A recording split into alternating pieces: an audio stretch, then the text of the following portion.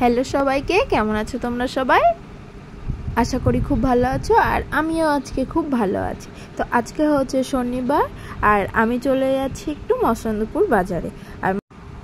আর আজকে দেখো রাস্তায় কত রোদ্দুর আর খুব রোদ আর অনেক গরম ছিল আজকে। মসন্দপুর বাজারে গিয়ে আমি একটুখানি ধূপ মিষ্টি আর এই যে যা যা প্রসাদ ছিল তাই কিনে নিলাম।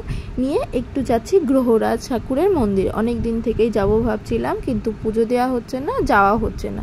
তা এই যে চলে গেলাম পুজো দিতে। তারপরে এখানে মোমবাতি আর ধূপ ধরিয়ে নিলাম, নিয়ে একটু ঠাকুরকে দেখিয়ে নিলাম।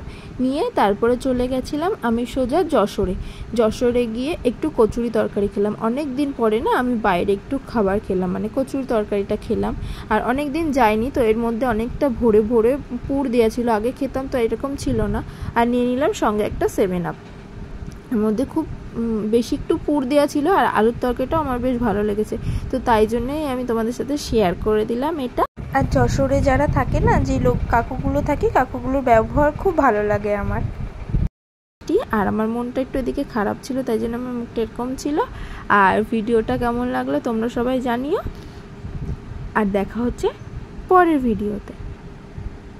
ভিডিওটা ভালো লাগলে অবশ্যই লাইক কমেন্ট শেয়ার করে দিও।